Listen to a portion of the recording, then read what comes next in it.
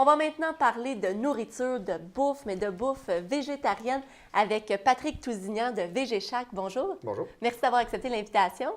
Alors, pouvez-vous un peu nous parler un peu du concept de VGShack? Comment est né VGShack? Bien, c'est né du fait, moi, de la rencontre entre moi, un cuisinier végétarien, et Lucie, qui est une horticultrice maraîchère. Moi, j'étais déjà en production, restauration, puis prêt à manger depuis une dizaine d'années. Mais je n'étais pas à mon compte. Là. On désirait partir à notre compte tous les deux. Fait que ça vient de cette rencontre-là. Et comment est né le projet? Donc, pourquoi vous êtes dit on va faire de la cuisine végétarienne?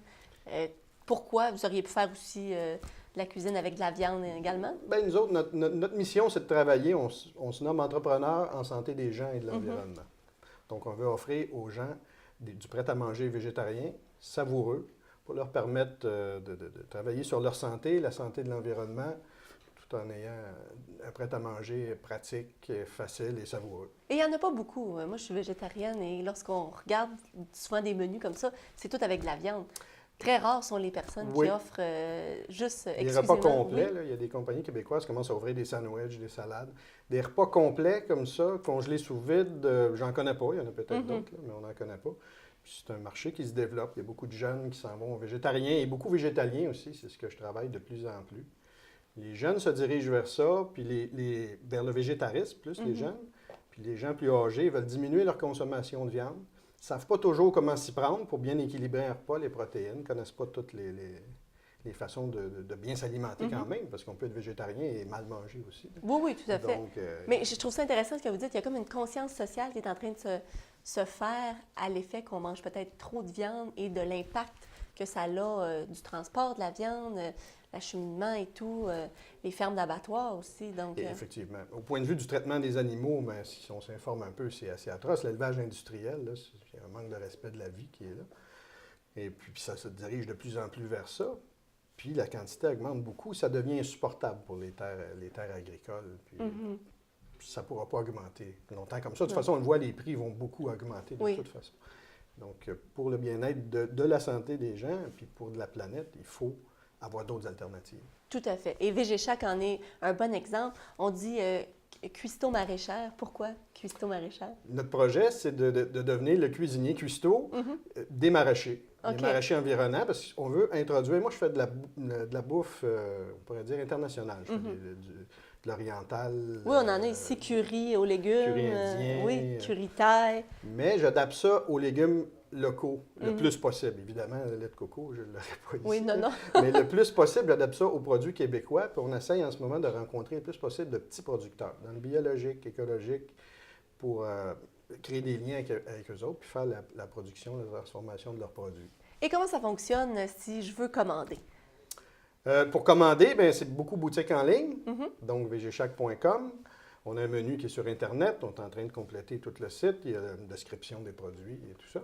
Puis nous, on livre à domicile. On livre beaucoup chez les gens à domicile. On développe des points de chute. On a aussi des points de vente comme des traiteurs. On a un bar à Saint-Hyacinthe, le Zarico, qui offre maintenant nos plats sur le menu là-bas pour les 5 à 7, prendre nos plats avec une bonne bière. On a un restaurant, la Vie à Saint-Hyacinthe, qui est végétarien. On l'aide dans sa production. On a des produits à vendre là.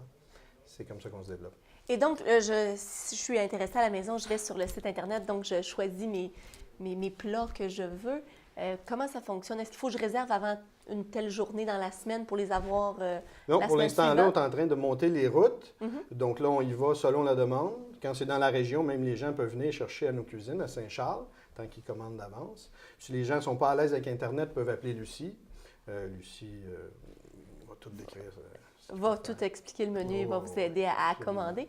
On parle de combien de personnes que vous desservez présentement avec... Pour l'instant, en particulier, on a une 50aine de personnes. On est en train de développer des routes à Montréal, en Estrie, même un point de vente à Joliette. OK, oh mon Dieu, vous élargissez le territoire. Oui, bien, des gens qu'on connaît qui veulent devenir point de vente. Donc, on met un congélateur, on amène des produits, les gens se regroupent pour acheter. Donc, Joliette, on peut monter une fois par mois, mais plusieurs personnes commandent en même temps. Donc, on y va pour des groupes d'achat. Et est-ce que c'est tout vous qui faites la nourriture? Absolument. Oui? Tout ce qui est là, les bouillons sont maison, toutes les recettes. On parle de combien de journées de cuisine par semaine? Bien, moi, je suis toujours en production. OK. Je suis toujours en production. Lucie s'occupe de tout le restant, la paperasse, la livraison, l'emballage. Moi, je suis toujours en production.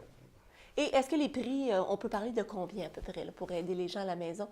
Est-ce que c'est des prix compétitifs à ce qu'on pourrait retrouver à l'épicerie? Oh, oui, je pense que oui. Vu que j'ai pas avant, j'opérais un restaurant ou une boutique, c'est des frais, tu sais, ça coûte cher. Mais là, vu que je fais juste la production, ça me permet de maintenir des prix très raisonnables. Vous faites ça à la maison, dans le fond?